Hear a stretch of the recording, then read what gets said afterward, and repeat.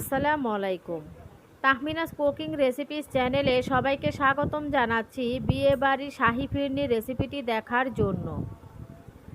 বিয়ে বাড়ির স্বাদের এই শাহি ফিরনিটা কিন্তু খেতে অসম্ভব মজা। আর বাবুর্চিরা সাধারণত এই ফিরনিটা তৈরিতে খুব বেশি উপকরণ ব্যবহার করেন না। আর ফিরনিটা তৈরিও করা যায় কিন্তু খুব সহজে।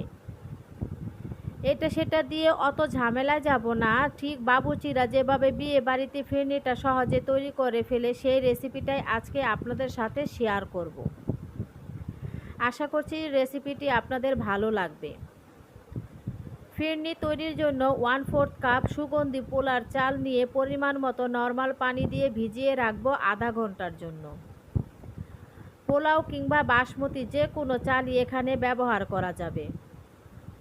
আর এখানে নিয়েছি 3টি সবুজ এলাচ, 1 টুকরো দারুচিনি, 1 টেবিল চামচ ঘি, সাথে 10-12টা কিশমিশ।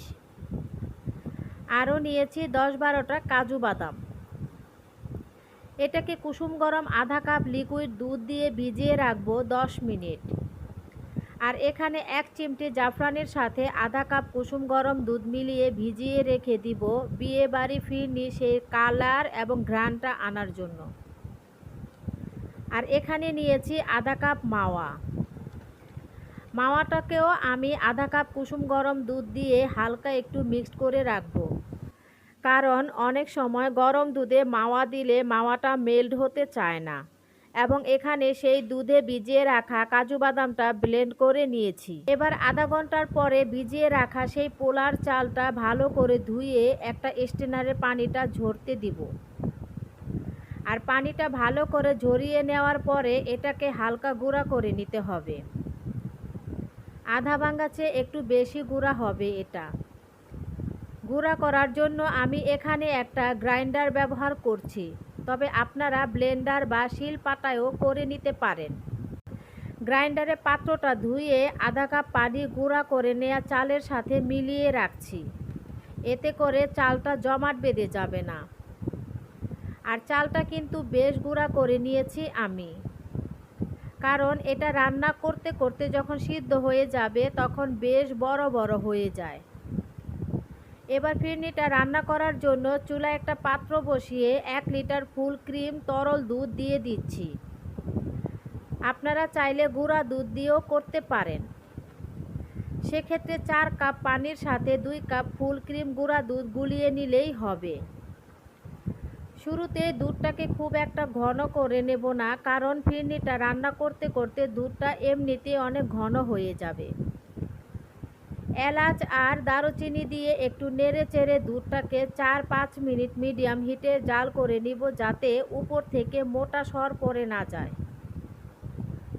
দুধে বলক চলে আসলে গুঁড়া করে রাখা চালটা একটু মিক্সড করে নিয়ে এই বলক আসা দুধে দিয়ে দিব। এবার নাড়াচাড়া করে ফিরনিটা রান্না করতে থাকতে হবে মিডিয়াম লো হিটে। চালটা সিদ্ধ হতে মোটামুটি 20 মিনিটের মতো সময় লাগতে পারে।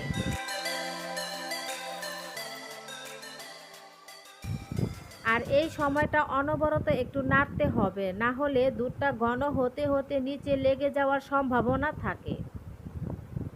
প্রায় 20 মিনিট পরে চালটা পুরোপুরি সিদ্ধ হয়ে আসলে চিনি দিচ্ছি আধা কাপ। সাথে চিনির স্বাদের ব্যালেন্সটা ঠিক করার জন্য 1 চিমটি পরিমাণ লবণ।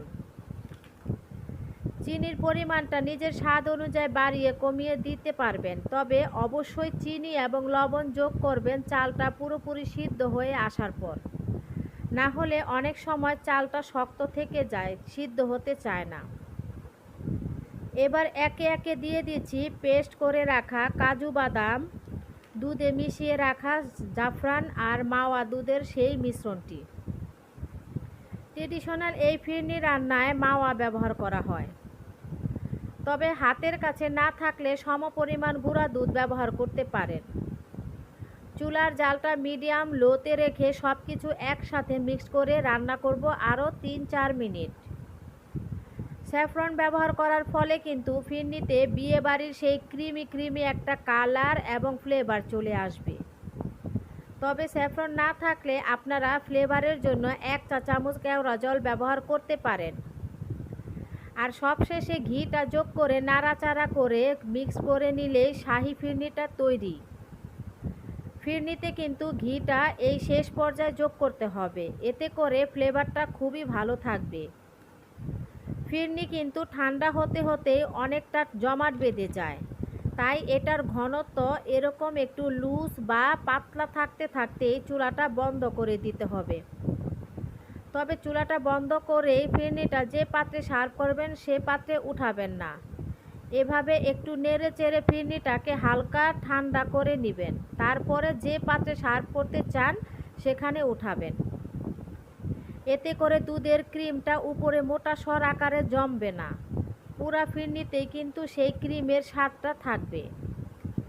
এবার গোটা মশলাগুলো উঠিয়ে নিয়ে ফিরনিটা হালকা গরম অবস্থায় থাকতে থাকতে যে পাত্রে সার্ভ করতে চান সেই পাত্রে বেড়ে নিতে হবে।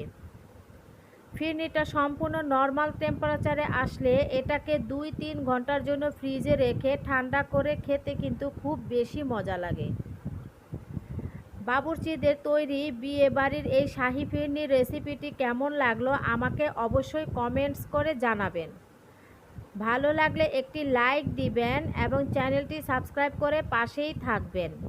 ফিরনিটা কিন্তু পরিবেশনের আগে অবশ্যই কিশমিশ, স্যাফরন আর কিছু পেস্তা বাদাম কুচি দিয়ে পরিবেশন করবেন, এতে কিন্তু দেখতে এবং খেতে দুটোই ভালো লাগে।